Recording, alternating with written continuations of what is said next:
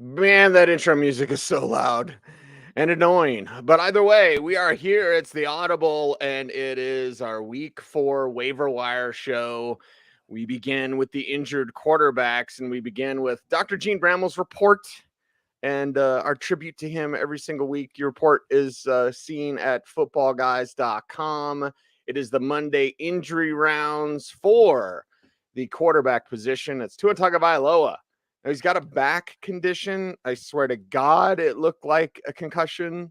Mike McDaniel said that Tagovailoa is not in concussion protocol, but he was sore in the locker room on Monday after the Dolphins' big win over the Buffalo Bills. McDaniel suggested Tua was undergoing further testing on his ankle and back injuries, and Tua is likely to be cleared to play on Thursday. Again, that is part of the injury report from Dr. Gene Bramwell. The rest of it, of course, is available at footballguys.com. So you can check that out there. Bloom, we did not do a recap show, but that Tua injury got me thinking about Skylar Thompson. Now it's week 4, upgrades, downgrades, and waiver wire reports. Skylar Thompson's not on here, but just a name to keep in your Rolodex. Let's talk about the players that are, and hell, we can talk about 3 of them right at the top because Trevor Lawrence, it's happening, 5 to 10%. Marcus Mariota, 3 to 5%. Zach Wilson may be returning soon enough. He's 3 to 5% as well. So some interesting quarterbacks. I'd rather talk about Skylar Thompson. Yeah. Actually, could we do the recap show now? Could we do that? Like sure. 3 days later? Okay, let's make it happen. Yeah, there's always a lot to talk about coming out of every week, and the recap will be woven in Easter eggs to the couch and the waiver wire and the preview and all the good things we do here. So I don't think that people ever have a lack of knowing what we think about things that happen in the NFL. One of the things we think about Trevor Lawrence is he's looking good. What a difference coaching makes. Like John Shipley, one of my favorite beat writers out there, saying there's no doubt who the best quarterback from last year's class is. We can put that to rest now. It's the debate is who's going to be the second best quarterback. And what you love about Trevor Lawrence, and look, this was a Chargers defense. Now they did lose Joey Bosa during the game. J.C. Jackson, their number 1 shutdown corner they got in free agency, his ankle still isn't right. So this isn't quite the defense that we hoped it would be in terms of personnel. And I think the Chargers, you just saw the air go out of the balloon, the wind out of their sails as that game went on against Jacksonville. Is Jacksonville a good team? Maybe, but we saw that this defense that made Patrick Mahomes look frustrated, he looked frustrated again in week 3. That's part of the recap, right? Trevor Lawrence was easy. And what you really love seeing here, and look, me and many others have to say, okay, hey, Trent Baalke, keeping him, it was the right move. You have perfect alignment here between the players they've added in free agency, the offensive scheme, the strengths of the players, the strengths of the quarterback. The comfort zone that they've created for this offense is really impressive. And Trevor Lawrence isn't going to be a league winner, but he may slot in as an every week quarterback 1 on the low end because of this passing game. Now, Doug Peterson is facing his old Eagles team that really had a great week on both sides of the ball against Washington. Marcus Mariota, it's week to week. He won. The Falcons actually could be 3-0 right now. So I don't know how close we are to Desmond Ridder, but it's a potentially winnable game against Cleveland this week. Mariota's running 2 touchdowns. He's looking solid as a passer. Drake London is ready for prime time already. And then Zach Wilson, maybe he'll be the second best quarterback from this class. Unlikely, but maybe it's just by default. I don't know. They've surrounded him with talent. Maybe with his running ability, there's some fantasy relevance there. I know he'll at least be a better fantasy quarterback this year than Justin Fields. Nah. Is this where I make fun of Cole Kmet? Anyway, I'm going to say everything. Jacoby Brissett. I'm so tempted, Bloom.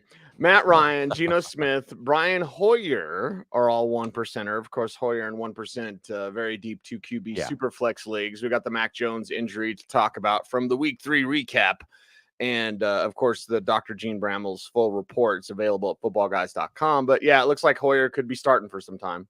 Yeah, high ankle sprain. And again, Hoyer is only of interest to us in 2 quarterback superflex leagues, and I'm gonna put 1% just as a placeholder. Y'all know your superflex bidding better than I do. He's not going to necessarily save your season. I wouldn't empty more than 10, 15, 20% at the very most. It only if you're in a pinch. If you're in a pinch, Jacoby Brissett might actually be a pretty good quarterback. Certainly one of the 32 best quarterbacks in the league. I think he'll be starting somewhere next year. It's too bad Brissett didn't put some of those escalators in his contract that Jimmy Garoppolo had to put in his, because Brissett is getting W's. He's playing well. He meshes well with this offense. He's still a limited ceiling fantasy quarterback, but he's not a disaster. The offense isn't miserable. His fantasy prospects aren't miserable. And again, Atlanta this week, you saw what Smith was able to do against that defense. Matt Ryan, redemption. Maybe some of it was no Michael Pittman. Maybe that was part of why week 2 was so rough. And it wasn't like Matt Ryan barnstormed and made the Chiefs defense look bad. He rubbed 2 sticks together for a final drive to win the game. And he had a touchdown earlier, I think, off of a muffed punt, Sky Moore punt. So it wasn't like the offense was just going up and down the field with Matt Ryan, but confidence, success breeds more confidence. And we'll see. Tennessee this week isn't a tough matchup. So if you need a 1 week fill in, and Geno Smith has a 1 week fill in this week against Detroit. And you see, hey, one thing we can say about Geno, Cease, going back to West Virginia, he's not shy. He'll throw. He'll make throws. He'll keep going for it. And maybe one too many in the loss to Atlanta. But for fantasy, you're not totally at the bottom of the barrel if you need to start him this week, again, because of that Detroit matchup. Well, let's get to the running back position then. And Dr. Gene Brammel's report, it's available at footballguys.com. It's the Monday injury rounds. And at the very tippy top, there is Dalvin Cook with a left shoulder dislocation. He's week to week. He's questionable for week 4. We've dealt with shoulder injuries with Dalvin Cook before, Bloom, so we're kind of there. Now, David Montgomery, this is the one. The fantasy GM's going nuts for, going crazy for. And Khalil Herbert's always been good. He's always been that dude. He's always been that guy just kind of waiting for his opportunity. And we've seen it before around the National Football League. So you've got David Montgomery, right high ankle sprain and an MCL sprain. He's week to week, and he's doubtful for week 4. So it's no mystery that up at the very tip top is Khalil Herbert. Now, we didn't mention DeAndre Swift. Again, it's in the full injury report, footballguys.com. Our friend Jamaal Williams is there as a 50-plus percenter. So you have 2 talented, very significant additions to the waiver wire this week. Last week's waiver wire, not so good, Bloom. Right. This week's waiver wire, at least with these 2, quite interesting. Yeah, and it's possible they're not out there. Maybe likely, probable they're not out there in your league. Let me ask you this first, Cease. If you could only pick up one, if you had to choose between 2. Jamaal, because the Lions offense is better. Yes. That's the thing, right? And I think this is where they're both 50-plus percenters. They're both about as good as you can hope, an alignment of factors leading to success for fantasy in a typical season on the waiver wire. So I agree that if you had to choose between the 2, it is Jamaal Williams. And I think there's 2 reasons. One is the quality of the offense, like you pointed out, Cease. And that really is a reason that connects up to all the other reasons. The other is it looks like he is the dedicated goal line back. Yes. And this was a team that scored a touchdown in how many consecutive quarters? Like 15 or something like that. So this is a good offense. Remember, they're going to get Jamison Williams back at some point this year. The offensive line hasn't been healthy. So they're going to potentially get better. So even if Jamaal Williams isn't the 100% of the time goal line back, he has a profile somewhat like what James Conner had coming into the season last year. And now you add on this DeAndre Swift injury, probably out 2 weeks, the bye week timed well so you can get 3 weeks off. The other thing about Swift, and man, you got to love his game, but we are 3 weeks in and he's already had 2 different injuries and one that's going to force him to miss multiple weeks likely. So even when he comes back from the shoulder injury, and plus with running backs and shoulder injuries, there's always the potential for re-injury. So there's a lot of different ways that Jamaal Williams can have standalone value, even if Swift is healthy, but you have him connected to a good offense. Now there's Khalil Herbert. And look, if we're talking strictly on wattage of talent, Khalil Herbert. He's better than Jamaal. He's better than Jamaal Williams. He's good. He's got burst and power, decisiveness, conviction in the way he runs the ball. And we know, even if it's 35-3, the Bears are going to keep running the ball. So that's good. I don't think when David Montgomery's back, and who knows how long that's going to be, 4 weeks, 5 weeks, high ankle sprains and running back, especially when you combine that with a knee injury. Not sure what that does for rehab and things like that. But so you're going to get some Khalil Herbert starting weeks. And Khalil Herbert, maybe once DeAndre Swift is back, is worth more than Jamaal Williams, or will project him higher than Jamaal Williams for any weeks that David Montgomery's out. But David Montgomery is not the kind of player that they're just going to sweep to the side.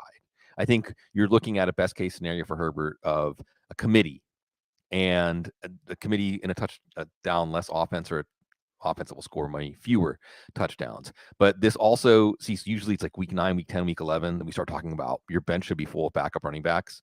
This is a little early reminder that when in doubt, backup running backs, Samaje Perine, these kinds of players in any given week. And Mixon, his ankle did get banged up. Maybe I should have put Perine in this week. The report said yesterday on our newswire that Mixon should be okay. I Yeah. bet he'll be limited and not practice all week till Friday. Right. And it's more because of the game script, right? It's more because the Jets were out of the game, basically. So my point is that, this is something we're reviewing now. We're looking around the league. We're thinking about it. And always remember, too, the injury upside value for, Chase Edmonds and Raheem Mostert, or players that share a backfield. But if one of the two go down, there's value there. So Herbert and Williams reminding us the value of backup running backs. I don't want to guess what the Bears coaching staff would do, Bloom, because again, assuming rational coaching, and I'm not going to be one of those people that puts everything on Twitter just so one thing will be right. It's Cole Kmet. Anyway, Khalil Herbert's the type of back that can take over, and just you don't use Montgomery when he comes back. Like and again, assuming rational coaching, because he's that good. Now, it's committee world that we live in, so I generally agree with what you're saying. Like, Montgomery's too good to not use when he comes back, but Herbert's also, dare I say, just better than Montgomery. Yeah, he looked better than Montgomery last year. Yeah, and we see players lose their jobs to injury all the time. So, that's something worth monitoring and keep an eye on. They're also not going to bring Montgomery back, so from a dynasty perspective, obviously, I've loved Herbert since the day he stepped in. Was he Senior Bowl or Shrine Bowl, Bloom? I can't remember. My brain hurts, Coach. I want to say Was he Shrine, Senior Bowl? but either way, it counts for the Audible drinking game. It does, because I love him. I love him. Next up, as we get to the waiver wire, there is Alexander Madison. Bloom, I want to throw out some love for Ty Chandler as well. Okay. It doesn't seem like, and Kenny Wangwu was in this conversation as well. Mm-hmm. It doesn't seem like Madison is kind of taking the sword from the stone the way he could have and should have, Bloom. And there were times, even on this show, I would say, I got to rub my eyes. Is that Madison or is that Cook? Well, yeah, that was 2 years ago. Mm-hmm. Recently, if we go on what's happening now, Madison doesn't look quite as in tune. Maybe that changed. Kevin O'Connell, whatever. Madison's obviously the next man up, but if you miss out on Madison, don't worry. You might be getting Wangmu or Ty Chandler, ladies and gentlemen, in a couple more weeks. Yeah, and I think that with Madison, 20 to 40% just indicates he's a priority. And also probably out there about as often as Herbert and Williams. Maybe not that often, but we'll talk about him. Now, Dalvin Cook, the plan is he's going to play with a harness. He's had some tremendous games playing in a harness against the Saints in the playoffs. He had a 2-touchdown game. I think he had 28 carries against the Steelers on Monday night last year. He had 28 carries, over 200 yards in that game. So he could play in a harness. That ain't no thing. Now, see, when I keep hearing that he's playing with this torn labrum that he has not had repaired, and I can only assume that he just doesn't want to have the surgery, and the doctors are saying, well, you can keep playing with it with the torn labrum. I mean, it can't get worse. I just picture Dalvin Cook when he's in his after football life, trying to reach up to get a glass off of the he can't even lift his arm over his shoulder. I mean, I feel bad that he's, see, it's funny. I don't know if you put it exactly this way, but it was somebody in my Twitter feed that said the trainers know where the bodies are buried. Yeah. Right? That's why trainers never get fired. They always just retire. Yeah. I wonder if this stuff the Justin Herbert rib injury and all that shenanigans, is he going to start? Is he not going to start? The doctor trainers getting sued for injection. He's going to get an injection. I wonder if people are becoming a little more aware of how football players really put themselves through the meat grinder. I mean, I think that if any of us could, I've said this a couple of times over the years, I'll say it again right now when I'm thinking about Dalvin Cook playing with the torn labrum and a shoulder that's just going to like pop in and out at will, which is so great when you're a running back, right? That if we traded bodies with these players, it would be like piercing, blinding scream light. Like, no, I don't want this to be in this body right now. I don't like how this feels. And they're playing football against other incredible world-class athletes who maybe not want to hurt them, but certainly are indifferent to whether they're going to hurt them. Anyway, my point in all this is Cook going to get hurt again? Probably. It's the other shoulder. The funny thing is, Cease, we're looking like Michael Thomas. We're going to talk about Michael Thomas, right? Oh, he has a toe injury. Is it on the side with the ankle? But it's the other one. Yeah, with Cook, it's both. It doesn't matter. Right, left, it doesn't matter. Both the shoulders are, spaghetti, like torn up. So I think that Madison, you may not realize value from him this week. And like he said, now Ty Chandler's been down and Nwangwu's been up. But like the San Francisco 49ers situation, when the third back becomes the second back, sometimes it changes depending on special teams, how much they value that and so on. So this is more of down the line, because if it's only week 3 and Dalvin Cook is having shoulder problems, then you wonder if the clock is ticking, and you wonder if a doctor might tell him, like, look, you really need to have this labrum fixed because you're potentially doing like long-term damage to this joint that's going to affect you in your life after football. And we don't want to see that for any of these guys. No, we don't want to see that for our guy, Dalvin Cook. And Orlando always says, like, when you get hurt and you get that report back from the trainers, if it's something you can play through, you're happy. Yeah. Because, again, that messed speaks up to the mindset of a football player. We're getting back to Chris Borland, right? You hate it. But if it's like, wait a second, I can brace it up, or I can get an injection, right? Don't get me started on the injections that they give these players. Yeah. And how these players... we are always joking around, and sorry, Joe, if I'm bringing this up, but for the love of God, we're all adults. Mm-hmm. But we're always joking around about bong rips and, booze or whatever. But it's like the stuff they inject in the players creates real addictions and real problems. It's bad stuff. And it can be very, very bad for those players in the long term. But they are willing to do that, willing to risk addiction to opioids, basically, to play football. Yeah, and it's because you just like the players at Alabama, right? You miss a practice, you might never get your job back, right? I'll go, and this is why was there a run for so many years, Cease, of Alabama players having to have surgeries before they even played in the NFL? But I would recommend, if us getting off on this tangent isn't turning you off because you love football and you don't want anyone to ruin things by telling you how the sausage is made, which I understand. We all need some of that in our life to keep going every day. Sure. Chris Borland is, if you look it up, I can't remember what the name of the article was, like the most dangerous player in football or something like that. And he told a story about how I think he had an epiphany. It might have been when he was back at Wisconsin, where a player had played on an injury that he really shouldn't have been playing on, like a leg injury. And could barely walk after the game and made some sort of play to win the game. And after the game, everyone's like, yeah, wow, you're the hero. And Borland was just hit with this epiphany, like, this is messed up. Mm-hmm. This is really messed up, as you watch him hobbling into the locker room. And was like, yeah, you're the man. So football sees, like so many things, it's complicated. Don't tell us how the sausage is made. And by the way, if you don't play, then the game that you love, the game that you've been playing since you were 8 years old, the game that you practices and sacrifices and everything to get there. Now all of a sudden people say you don't love it. Oh yeah. Oh, he doesn't love it. What? Okay. Not for the well-adjusted. Yeah, it's a dirty, dirty game, y'all. Let's talk about Justice Hill. Stop trying to make Justice Hill a thing. 5 to 10%. Craig Reynolds, 3 to 5%. A little bit further down. Tristan Ebner.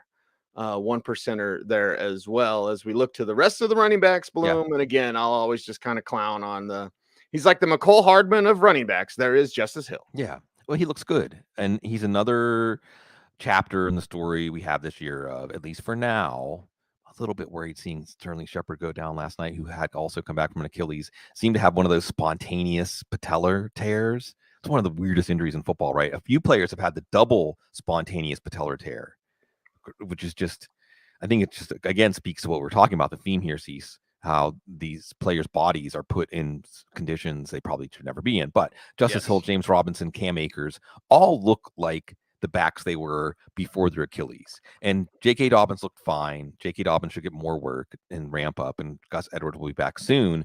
But you also think there's going to be a pendulum swing back here where Lamar Jackson is just so good as a passer and so difficult to contain as a runner that with rational coaching from Greg Roman play calling, that the running backs should have lighter boxes, and especially a player like Justice Hill, who what has he always had going for him is that acceleration, that initial burst acceleration, and maybe he can make some big plays like he did in the win over New England. Craig Netflix Reynolds going to get 2 games as kind of a backup, maybe as a 1A, or at the very least more somewhere between 1A and change of pace. He's a good running back. They like him. Remember, he beat out Jamar Jefferson to be the number 3 running back. Jamaal Williams could get hurt, and the next thing you know, we're talking about Craig Reynolds. So Craig Reynolds is a player, and again, also we have the multiplier effect of the Lions offense. You want players attached to this offense, and Craig Reynolds is very attached to that right now. Tristan Ebner is the backup for now to Khalil Herbert. Herbert could go down. Ebner's a good receiver out of the backfield. We know this team is going to be very committed to the run, and then again, our homework after that is going to be backup running backs, right? Samaje Perine comes to mind right away. And otherwise, running backs that you can just say they're one injury away from mattering in fantasy football. Running back has been brutal this year. Yes. There's very few running back picks that you're happy with. Nick Chubb, Saquon Barkley, not many. All right. James Robinson, of course. So, we're going to be churning our running backs already here going into week 4. Yeah, it's what's up is down, what's down is up, and we are back to the now wide receiver position we get to talk about. And of course, that means we get Dr. Gene Brammel's Monday injury rounds. And of course, you can check out the full report at footballguys.com. With the wide receiver position, there's a few, and I won't mention all of them that are in the report, Bloom, but Chris Godwin with the hamstring strain, doubtful for week 4, Keenan Allen, hamstring strain, questionable for week 4. Allen is week to week. The Michael Thomas thing, which you suggested, which we'll get to just soon enough. But if we look over at the wide receiver position, hey there, big spender, right? Yeah. Not a ton No. in terms of big spenders, but an excited one, a solid guy. Like Exactly. I don't know. I kind of feel bad because I would make fun of Zay Jones and that pick when he came in the league because I saw him at the Senior Bowl. There's another drink. And it was like, okay, that guy's not, it's not that good. And then he's just stuck around. So I appreciate Zay Jones and what he's doing with Jacksonville, 7 to 15%. And Romeo Doubs, speaking of Senior Bowl, the dude was putting on a show down there in Mobile in the downpour. Now he's putting on a show because Aaron Rodgers needs somebody to come through for him, and Romeo's that guy. They're at the top of the wide receivers, but Bloom, this isn't a crazy week to spend on wide receivers. No, I think, like you said, you're looking for a producer. And after last night and Sterling Shepard and that terrible injury, I added Kadarius Toney to the 7 to 15%ers. But again, the 7 to 15% indicates these are guys that aren't going to really tilt the season for you, but they give you that wide receiver 3 flex that can help you as we're going to go through the bye week gauntlet as injuries happen. Sometimes you just need a flex to give you 10 or 12 points, and some of these guys can do that. I'll start with Toney just because, he's hurt. Yeah, he may still be in the doghouse, but he's still an electric talent. And now with Sterling Shepard down, when he's back, it's almost like that game he had against Dallas last year, where he's just going to get targets by default, and we know what he can do with that. I know he was dropped out of frustration, and like we talked about when we were drafting in fantasy football, you're always thinking about upside and best case scenario. The upside best case scenario for Toney, even though we're going to be talking about it like 50 years from now, if Kadarius Toney just was done this thing, but if Kadarius Toney does it, then he'll potentially make your fantasy season if he can actually stay healthy. Romeo Doubs, we had the rare notice that Doubs was going to play a bigger role this week. Christian Watson hurt, Sammy Watkins on IR. I've heard that one before. Sammy Watkins, Julio Jones, man, it's like Robert De Niro and Samuel Jackson and Jackie Brown, right? You used to be beautiful. It's sad watching these players as shadows of what they once were at their peaks. But I think you're seeing that chemistry. And Aaron Rodgers himself said Doubs is different for a rookie. Yes, in fantasy, we were very aware of how poorly, including Devontae Adams, Jordy Nelson, there's a Senior Bowl reference for you, Cease, how with Aaron Rodgers, it takes a while. And he said, no, Doubs is going to be different, and Doubs is going to be different. So he's going to have some staying power. Zay Jones. And also, we haven't really seen Aaron Rodgers. He's at the lowest ADOT in the league, I think, average depth of target. So we haven't really seen this offense open up. Maybe Doubs could do more with that. With Zay Jones, so I also want to point out with Zay Jones, folks might not remember in his first offseason, he had a really bizarre incident. He was naked and he was arrested. Right. Mental health episode. I think he has there's a history of mental health problems. Don't we all have a history of mental health problems in our family? We're all dealing with trauma of one way or the other. Yes. Yeah, it's like our inheritance, right? So it's great. It's great. It's great to see Zay Jones making generational wealth. It's great to see him leading the Jags in catches. Okay, 2 out of the 3 weeks, he's been a very solid PPR play. In this offense, Doug Peterson, Trevor Lawrence, Press Taylor, the personnel, Trent Baalke, everything's in alignment here. It's a beautiful thing, Cease, to watch football and see an offense that is coached and designed in a way to understand the player's strengths and to set the players up for success. And that's exactly what Zay Jones' role indicates about this offense. So yeah, not guys that are going to necessarily save your season, but guys that when you win by 3, 4, 5 points, you look at your flex or wide receiver 3, they can be the difference. They can be the difference. Move on to the running back position, wide receiver position. Holy cow. Russell Gage, 5 to 10%. Matt Collins, 5 to 10%. Isaiah McKenzie, 5 to 10%. There's KJ Osborne at that same level. You can say it with me, 5 to 10%. So again, some solid guys, nothing that you're going to break the bank for. Yeah, these guys are all riddles. And look, 7 to 15%, 5 to 10%. I mean, these are small enough margins. Trust your gut when you're making a claim for any of these guys. Russell Gage, 12 for 87 and a touchdown. Cease, it only took 3 weeks. Remember when everybody thought, well, there goes Russell Gage's value when Julio Jones was signed, and then Chris Godwin was going to be back early and all this stuff. It took 3 weeks for Russell Gage to be the number 1 receiver. Now, some of that was a Mike Evans suspension, and Evans will be back this week. I'm not even sure that Gage is going to have lasting value, but Julio Jones, are we even going to see Julio Jones play more than 20 or 25 snaps in a game this year? No. Chris Godwin, again, that compensatory hamstring injury, it's very possible that Godwin's just not himself this year. Next year, yes. This year, not so much. Right. And of course, you have Mike Evans, but Gage could have staying power in PPR leagues, but also if Godwin's okay, if Julio can at least stay on the field 20, 25, 30 snaps a game, now Gage becomes somebody that's just a desperation play. Mac Hollins, we talked about him, I think, as a 1%er last week, Cease. It said something to the effect of, well, you never know. I mean, this was a week that Devontae Adams was locked up with Byron Murphy, and hey, Mac Hollins, there might be something there. He's one of the most anonymous starting wide receivers in the NFL. Maybe not as much after he had a massive game. Only Devontae Smith had a bigger game than Mac Hollins in week 3 among wide receivers. And we have to take notice of that. Now, at the same time, Hunter Renfrow was out. Devontae Adams double teamed a lot, which he said, I'm used to that. And right. You also saw Foster Moreau do a little bit more here. So it's an offense, and it was a Tennessee matchup. They're going to face Denver this week. But sometimes we just don't argue with the value that the players already put on the board. I forget who it was that suggested it to me. Occam's Waiver. Those of you that understand Occam's razor. You like that? Oh my God, that is beautiful. Right? Occam's I feel Waiver. Bad I didn't come up with that. That is incredible. I want to say it was Joe Wright, because Joe often comes up with like the smart things that I can say on the show. My good old rival from the Mon Valley Academic League. But the point is that Occam's Waiver it stands for the principle that sometimes you just add the guy who had the highest point total last week on the waiver wire. Just don't argue with it. Right? That's Mac Hollins. And imagine if Mac Hollins was still with the Eagles. Mac Hollins, though, looking like he's got some game here and he can win the matchups. He has Isaiah McKenzie. The tough thing about Isaiah McKenzie is he and Jamison Crowder are still splitting the snaps basically 50-50 in the slot. But McKenzie's so much more productive, and he has the trust. He has the vibe with Josh Allen.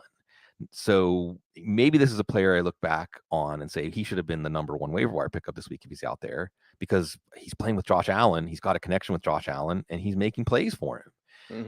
But if he's a 50% of the time slot receiver, and when Gabe Davis doesn't quite look right in week 3, when he gets healthier, I'm not sure. So again, there's a lot of uncertainty here. Uncertainty with KJ Osborne. And here's one. KJ Osborne barely did anything for the first 2 weeks, barely did anything for the first 3 quarters of week 3, sorry. And then in the fourth quarter, they throw to him finally. He makes a big play on the final drive, and then he gets the touchdown, right? So that tells me that maybe, again, rational coaching, maybe you go back and say, let's run more of those plays where we throw to 17, because you also have this thing with Justin Jefferson. Going to have Ian Hartitz on the couch a little later today. We're going to lead off with Justin Jefferson. What's up with Justin Jefferson? Because with Justin Jefferson, we thought it was going to be Cooper Kupp part 2, right? Scheming up against linebackers and safety and all that stuff. But then you see Jeffrey Okudah this week, basically blotting him out. Jeffrey Okudah, who also came back from Achilles, he's looking like a shutdown corner. That pick is looking like it's working out for the Lions, who did lose Tracy Walker to an Achilles. So again, we look at, say, DK Metcalf this week. Let's think about that. If that's who Jeff Okudah is going to be on. Minnesota is going to get New Orleans, so maybe some Marshawn Lattimore. Again, we're not seeing what we'd hoped in Kevin O'Connell's offense, that Justin Jefferson was just going to be schemed open, but that could be good for KJ Osborne. And I think all this uncertainty still indicates that it's week 3. There's some things we know, or some things that are coming into focus, but there's also some things that are still in motion, or things that we still need more data before we really understand. Maybe some of these offenses and these coaches and players still need more data before they really understand. I was just going to say, we are almost out of the preseason. Yeah. We get to October, we're going to see real football. So this is the preseason. They're kind of figuring it out. And with the KJ Osborne thing, I'll just rip off a Martin Lawrence reset and say, can you do what you did earlier, please? Yeah.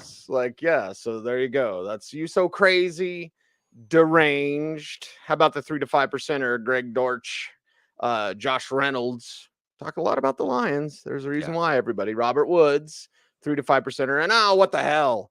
Let's throw in Devontae Parker and Brian Hoyer, Axel Brian Hoyer, making some love on the football field through the air. That sounds weird. It's only weird if you make it weird. And Kez, I don't know.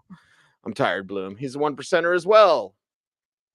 Yeah, and I suppose for my man, I Am Ian's cat, who had to tip on out of the chat room, he said Devin Duvernay. And I mean, I'm not going to ignore that Devin Duvernay is making plays. This is in a deep league, right? It's making plays. He scored 4 touchdowns this year already. He's making plays on contested catches, which wasn't his game coming out of Texas. He was more of a speed slot with a running back mentality. And now he's going up and winning contested catches in the end zone. So interesting. And when you're attached to Lamar Jackson, that's going to be something to monitor, to watch there. So I'll throw him in as a 1%er too, in honor of I Am Ian's cat. Greg Dortch, it's like the Energizer Bunny, man. I mean, his value just keeps going and going and going. When's Rondale Moore going to be back? Maybe this week. I doubt it. Like Dr. Gene has advised us, when players miss multiple weeks, usually that first week they're back at practice, especially with soft tissue injuries, it's a ramp-up week. You don't put them right back in, you get conditioning back. So I think you're going to get another week of Rondale Moore out, Greg Dortch in, PPR value in Carolina. We'll see. Of course, he's going to turn back into a pumpkin when DeAndre Hopkins is back in week 7, but you have that there with Dortch, and I'm just glad to see him make his name in the NFL. Josh Reynolds. So both Reynolds and DJ Chark are playing about 70% of the snaps. Obviously, this Lions offense is good. You have Jamison Williams enter stage left at some point, probably torpedoing the value of both of these guys. I almost put DJ Chark as a 1%er. He actually had a hot start last week, but it was Josh Reynolds with the hot finish. I think Reynolds is the guy over Chark, if only because of the momentum after Chark had the touchdown late against Philly in week 1. It's been Reynolds since then. And remember, Reynolds played with Goff back with Rams. So there's a lot of experience there, especially I think in fourth quarter crunch time situations where they can rely on each other. This is a good offense. Robert Woods, more of a bye-week emergency injury filler because it's the Titans. I do think you're going to see Treylon Burks continue to get involved. Don't drop Treylon Burks. We'll get to that. Woods is coming back now out of the ACL tear, looking like he's got most of his ability, all of his ability back. This still isn't a great situation for him to become, say, an every week starter, but he can absolutely help you. Devontae Parker, if only Mac Jones hadn't gotten hurt, we would be talking about Devontae Parker earlier in the show. But you're going to have Brian Hoyer, the Destroyer, in. And with Parker, and see, it's so interesting how things happen early in the season that revive preseason or offseason narratives. Because you remember the narrative from the Patriots, Parker, this is the number one guy. This is Mac Jones' number one guy. He's throwing him these contested catches. He's making the catches. He's doing it. First 2 weeks, barely heard from. I don't know if it had anything to do with Jacoby Myers being out with that knee, but you saw now, and it's the Ravens corners. Maybe they saw some stuff with that tape from the Miami game that they can pick on them. And Devontae Parker looked as good as ever. Devontae Parker, as long as it's a difficult catch, right? He and Mike Williams, as long as it's difficult, they'll make the play. Now, I'm not sure how that's going to look with Brian Hoyer, but I think his performance worth mentioning. And Quez Watkins, and see, this is one, I know a few people are laughing at me bringing up Quez Watkins. But look, we know now after 3 weeks that Jalen Hurts is making strides as a passer. That's incontrovertible at this point. He had 20 rushing yards last week, no rushing touchdowns. He was still like a top 3 quarterback last week. That's where we are with Jalen Hurts. Now, right now, it's Devontae Smith and A.J. Brown. A.J. Brown, not known for staying healthy. Devontae Smith, the Slim Reaper, Quez Watkins is a player that the Eagles love. He's the deep threat in this offense, which means on your bench, he's always a desperation play. He already came through with one long touchdown this year, and it could just be one of those things, say 5, 6, 7, 8 weeks, he's going to have a long touchdown. But if one of these guys go down, we don't usually talk about injury upside wide receivers. But with the way Jalen Hurts is throwing the ball, if one of the top 2 receivers for the Eagles goes down, I think Quez Watkins becomes a start, at least until we see something change with this offense, and maybe the league could catch up with it. But I don't expect that to happen. It is the Audible Week 4 waiver wire report, and we move on to a not as robust tight end position. Yeah. But talk about preseason narratives. We'll get to that. But first, the injury report. Dr. Gene Bramall. He looks cold in that picture. Is it Tron? Yeah. The new Tron or the old Tron?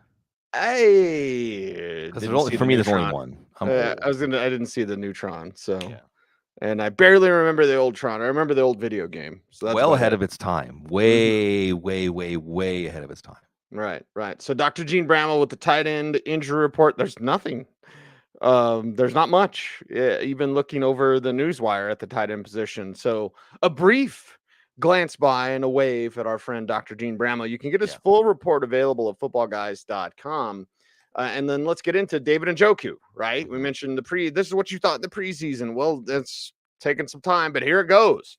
So you actually have a tight end of note that can help you. David Njoku is a 15 to 30%. Yes, that guy. Now, again, Martin Lawrence, do what you did earlier, please. Keep it up. Njoku's got the talent, he's got the money. Yeah. He's got the bag. Might as well play him because you already paid him.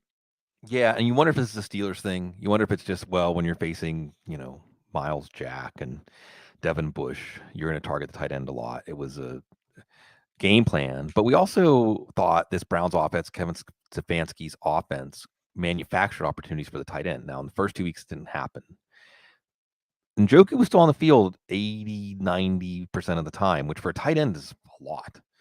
And this is one where those usage stats maybe hopefully helped you not drop at David Njoku. But if you did, then I have him below Alexander Mattison as a priority just because of running back scarcity.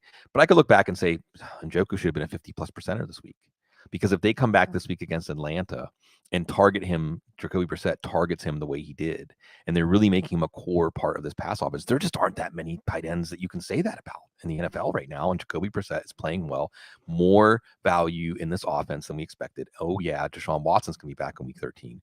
So depending on where you're at, I could see going strong to the hole for Njoku if he was dropped after the first 2 weeks, because right now, it seems like it could be a fluke. Right now, it seems like it could be opponent-specific, game plan-specific. But if it happens again this week against Atlanta, who, again, they have some players that can be exploited in the middle of their defense, now it's a trend.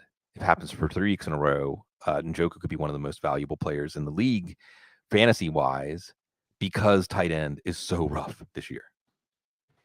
It is a rough time, to be sure, at the tight end position, though. There's Robert Tonyan, 5 to 10%er, and Bloom, let's just get in the rest because it's Tyler Conklin and Will Dissly. We did have a question about Dalton Schultz in the chat room from Greg. He says Dalton Schultz, though. Yeah. Yeah. So, okay. But chasing tight ends, like chasing waterfalls, right? Didn't Yeah. TLC sing about that? Mm-hmm. Hmm.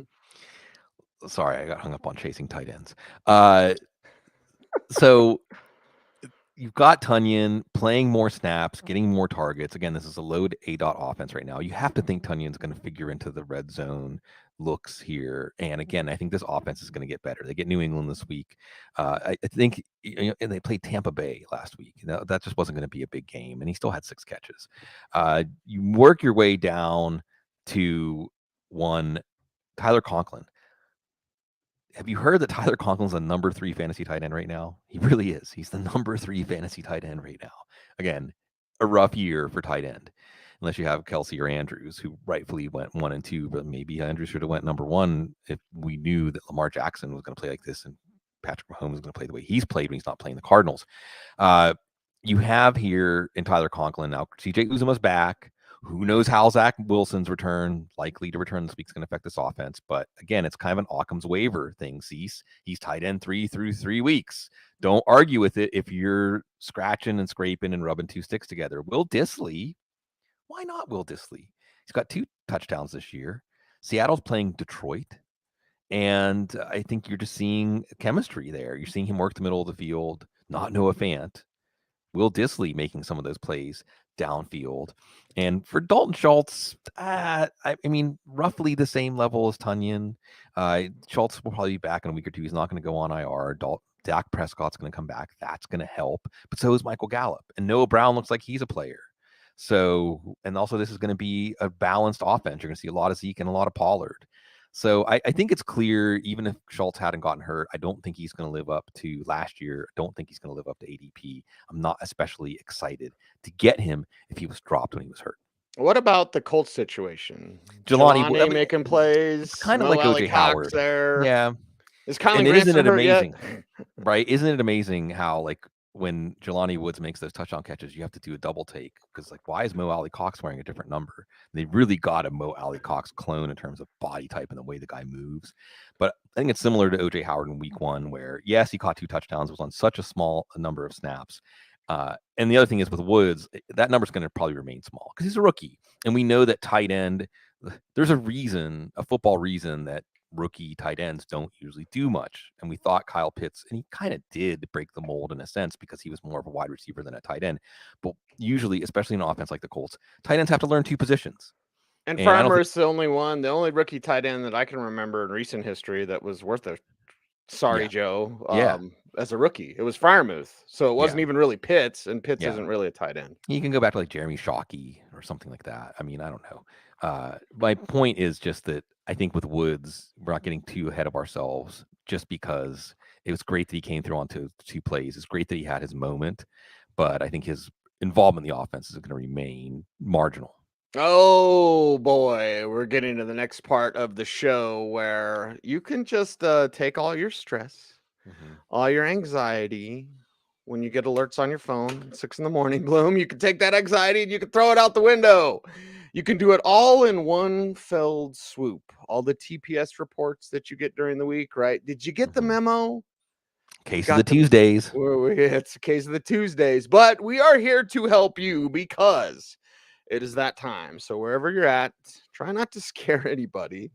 Although those stories are kind of funny when they're like, I was in my cubicle and everyone stared at me and asked if I was okay. Or I was out walking the dog and the neighbors looked over because I said this next part with you because it is, it's kind of the way you gain entrance into the Audible family, Bloom, right? This is, we have some secret handshakes, right? Secret society.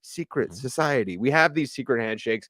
This one is probably the greatest one. Inspired by Frank Schwab, as always. Happy birthday, Frank. Yeah, I missed Frank's birthday, Frank Schwab, speaking of Wisconsin. Week. Yeah, I missed Frank's birthday last week, so I got to get him a couple of cold pops. Anyway, so I want you to take all your stress, bundle it up into a ball. Bloom, this is so personal. Yeah. Again, I'm very close to telling it all. Very close, everybody. So I want you to relieve your stress with me, with us, right here on this show. When you rear your head back and you say it with me, Cue the chat D. Boo! Week 4 shut him down. Cecil, when you said relieve yourself, I was again.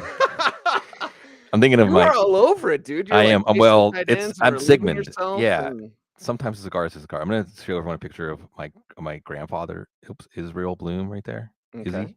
This is his brother George's desk, and he one of the famous Israel Bloom quotes was "better out than in." It was referring to relieving yourself, but also relieving yourself of stress, right? Yes. Better out than in. Oh man, and I like that. CC say, get a little ball, throw it away, let it go. And when we manage our fantasy teams, hopefully that is at least some insulation from our stress. Joe Flacco, we're going to drop. Mac Jones in one quarterback league, you're going to drop. Justin Fields. That's going to help you relieve your stress. You don't have to look at Justin Fields on your roster anymore in redraft leagues. All right. It's just not going to happen. Not going to happen this year. And see, after Haskins and Fields and I'm not going to pronounce anything on Fields. It's not over. Okay. But man, is the Ohio State quarterback ever going to get taken in the first round again? Just say both on Twitter. So you're right no matter what. I guess that's what the popular kids do. Yeah, well, a few other players are going to key the Chucky on Robbie Anderson. Remember that 1 week it looked like Robbie Anderson might have value with Baker Mayfield? That was fun. Nico Collins. Davis Mills is spreading the ball around. And I just don't think, especially with Lovie Smith saying we've got a running back now, Dameon Pierce, they can actually stay committed to the running game when the game is not out of hand. Just don't think there's going to be anything there. Ashton Doolin. And I guess they're really committed to the rookie Alec Pierce because Pittman and Pierce come back. I thought what Doolin did in week 2 showed that he deserved to be the number 2 receiver, but I think that Pierce is going to stay ahead of him. If that flips, we'll come back to that. Jarvis Landry, I would say drop for Zay Jones, Kadarius Toney. I wouldn't just drop him. We're waiting to hear a little bit more about his injury. It's not supposed to be serious. We do see Chris Olave is very much ahead of him, but Landry's the kind of player that we know that can produce if he gets the opportunity. I think for your short bench leagues, Jacoby Myers is probably a drop just because as long as Mac Jones is out, and I don't know how long Myers is going to be out with this knee thing he has, he may or may not be back. He was helping us, but in a short bench league, he is going to clog up your bench. Tight end, this is by far where the most drops come. Tight end is going to be putting your garbage out on Tuesday. They take your garbage and then you put it back out, right? Go to the grocery store, put the garbage out. Hunter Henry is not going to happen. Gerald Everett. I mean, this poor Chargers. Can we talk about the Chargers? Talking about trainers knowing where the bodies are, Cease? My Lord. Oh, this team, I feel for the Chargers fans out there. It is just an absolute bloodbath. And you want to appeal to something like curses or black magic, but maybe there's just more to the story because they're suffering so many injuries to key players. This week was Joey Bosa, Rashawn Slater. You are going to see Donald Parham come back soon enough, and Justin Herbert's banged up. Mike Gesicki. Sees, I want someone to send Mike McDaniel Lance Zierlein's wonderful scouting report of Mike Gesicki coming out of Penn State, right? Lance Zierlein said something to the effect of, if you're looking for someone to block in the running game, he's not your guy. If you're looking for someone to beat tight end, linebackers and safeties in the passing game, he might be your guy. It's not rocket science. I get it. I mean, I get Chris Greer franchise tagged him, so I don't understand what's going on here. I thought after he made that sky touchdown catch in week 2, you say, okay, this is what we can do with this guy. And he went right back to being behind Durham Smythe in snaps and blocking. 1 snap of blocking for Mike Gesicki is too many. How many snaps does Atlanta have Kyle Pitts blocking? I know the number 4 overall pick, 2nd round pick, but it's frustrating. And that's why I wonder with rational coaching, because I do think Mike McDaniel is a rational coach, that maybe this might flip, but it's going to be frustrating to be going back and forth. Juwan Johnson, it'll look for a couple of weeks. He was going to do something, barely involved now, even with some injuries at wide receiver. Isaiah Likely, in future years, we'll be talking about Likely, that this is where Devin Duvernay comes in. So yeah, a lot. Likely, Woods, and Chigi Okonkwo were some of my favorite tight ends this year. Yeah, and McBride. We'll talk about McBride, right? Zach Ertz still doing his thing, but rookie tight ends. Just wait. Kate Otten, Jeremy Ruckert. I mean, there's some good players. There's some good players in this class of tight ends, but it's going to take a while. Yeah, it just takes a while. It takes a while to get there, and we get there eventually because a special memo to all Broncos fans out there. It is a Broncos show, and it's been ugly, but there are signs of life. There are signs of life with this offense, which is good for you. Now, there's certain players to mention in our next segment from Denver. There's certain players that, for the love of God, why did you ever have KJ Hamler on your team? Like, why? Why? Huh? What is, huh? Jerry Jeudy. You didn't mention Jerry Jeudy and shut him down, Bloom, which No. maybe I would have. But anyway, Ooh. let's get to the next portion of our show because sometimes you just got to do it and hold on. Yeah, there's definitely some players, again, as we talked about, where we're still trying to triangulate more data points, right? So there's some players we got to hold on to. Russell Wilson, yes. Although, to be fair, if you waited on quarterback and Russell Wilson was your plan at quarterback and your teams are 0-3 because of it, and you want to drop Russell Wilson just for the cathartic feeling of saying, whatever happens to our team, I don't care. I'm okay with that. I'm okay with playing fantasy football emotionally. But I think that it's turbulence upon takeoff. Probably got to hold David Montgomery, but really what I would say is try to trade him for something, anything, to somebody who might think there's something there. I think he could be a classic Paul Charchian sabotage drop. So maybe this is our third, telling all y'all sabotage. Right. I know you planned it. I'm gonna set it straight this Watergate. So maybe David Montgomery is a sabotage drop where you drop him and someone picks him up and they carry him through his injury, and then when he comes back, you're not able to play him. So maybe not a hold, maybe a hold. Try to trade him for something, anything, and then sabotage drop. Darrell Henderson's still a hold. I'm convinced that this Rams running back is going to be a kind of a week-to-week thing, but he's a hold because if Cam Akers gets hurt, then Darrell Henderson's back in the place where you want him to be in your lineup. Raheem Mostert is a hold for over like the 1% and 3 to 5% guys. Because again, Chase Edmonds, if he gets dinged, I know that this is a back and forth thing too, where we have these backfields where week to week, it's hard to trust either guy, but if one of them goes down, you'll be able to trust the one that is still healthy. You're going to hold on to Darnell Mooney. Maybe he's a sabotage drop. The part of the reason I think you hold on to, and I would hold on to Darnell Mooney for players instead of players like, Richie James. I forgot to add in Richie James and Noah Brown as 1%ers, by the way. Maybe we get one more good week out of Noah Brown. Maybe Richie James moves up to being a 6-7 catch a week guy with Sterling Shepard hurt.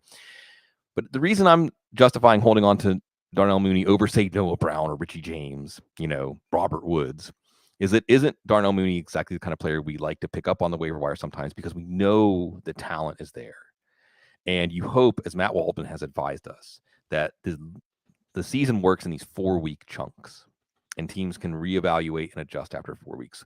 Wouldn't you hope? See, I saw that the clip was like an hour after the game at Soldier Field, and Darnell Mooney's down there still catching balls from the jugs machine. After everybody's gone. The fans are gone, the players are gone, the coaches are gone, everyone's gone. And I said, is it sad or is it inspiring? And I guess that kind of informs whether you want to hold on to Darnell Mooney. But I hope they get this figured out. I don't think the problem is Darnell Mooney. And I don't know if they can fix the other problems. But I know that kind of talent and waiting for something to line up, that's the kind of thing that you want to hold on to on the waiver wire. Is DJ Moore a sabotage drop, Cease? Yes.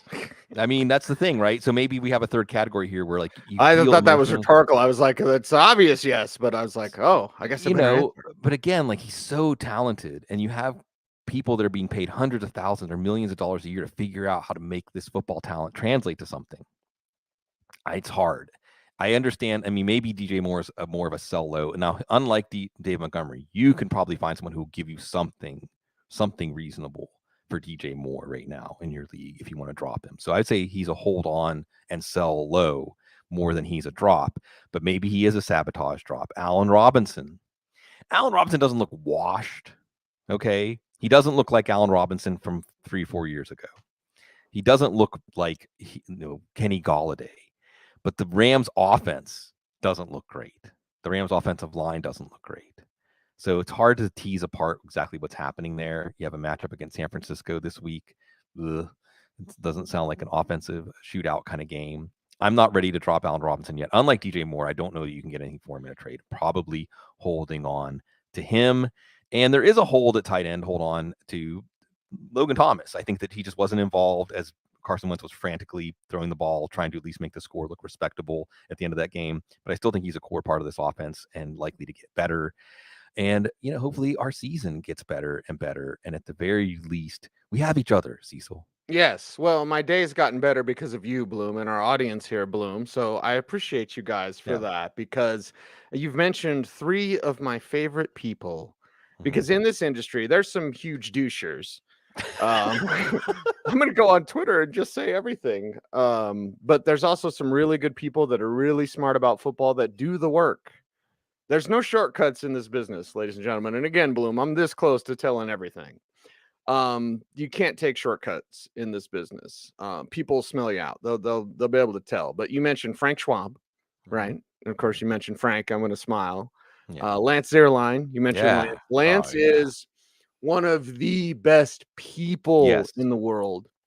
Like, Lance Zierlein is one of those men that you look at and you go, I want to be like that guy. Yeah. Role model.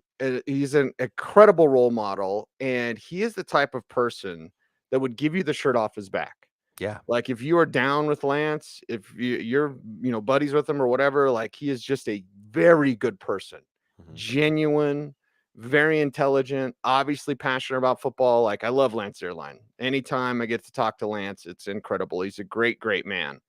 And then you mentioned Charch, right? Yeah. Like, so look at the all-star roster that we Yeah. got right there. And Frank Schwab, Lance Zierlein, and Paul Charchian. So the good people, they inspire me, Bloom. And, well, they turned my mood around today since I was alerted this morning. Yeah, see, I think that in general, and I'm not going to go on a rant, but I will again say that in social media, and partially why social media is so miserable and why it's something that most people's mental health improves the less that they're on it, is because, and maybe it's griping and maybe it's just trying to show everybody how we're not like somebody else or something like that. But because of that, we end up signal boosting a lot of noise and less signal. And talking about Charch or Lance Zierlein or Frank Schwab or whoever or whatever in your life that represents light, that represents something uplifting, that's what we need to signal boost. And it's and thankfully, with all the great audience that we have, with all the great people that support Football Guys out there, we get a chance to do that. And it's again, it's always a privilege. It's always a pleasure. And just the last thing I'll say about the fantasy football analyst industry is the game has changed, and I think that now it's not as important how many things you get right, how many things you get wrong, because the list is going to be long for all of us. Right. But again, it's what do you transmit, right? What do you what it's not even an example that you set. I think it's just one of those things. This is what friends are about. Was that TLC too? About friends? That's TLC, right? Is that who are the people that you feel like you're in a better mood after you hang out with them? And I know I feel like I'm in a better mood after I hang out with you. And I think that all the people in our chat room put me in a better mood too. Yes, that's what we do here on the Audible, everyone. Thank you very much for watching here on YouTube. Thank you for listening on Spotify and Apple Music. We appreciate all of you. We have for years and years and years. 17th season of the Audible. So we'll always appreciate it. We appreciate every time we get to crack a mic here with you and enjoy our time spent talking football. He is Sigmund Bloom. You follow him on Twitter at Sigmund Bloom. The show is at the Audible. I'm at Cecil Lammey saying check out footballguys.com. You want to support the show? The best way to do that, get your subscription to footballguys.com. Now with month-to-month subscription. Yeah, month-to-month. So try us out for a month. See what you think. Try us out for a month. See what you think. Hey, take a spin, right? And then hang around. Stick around with us at footballguys.com. So we appreciate you all for supporting this show and for subscribing to footballguys.com. And we thank you so much for watching and listening. He is Sigmund. I am Cecil, and we are the Audible. Thank you very much, everyone. Stay tuned and stay frosty.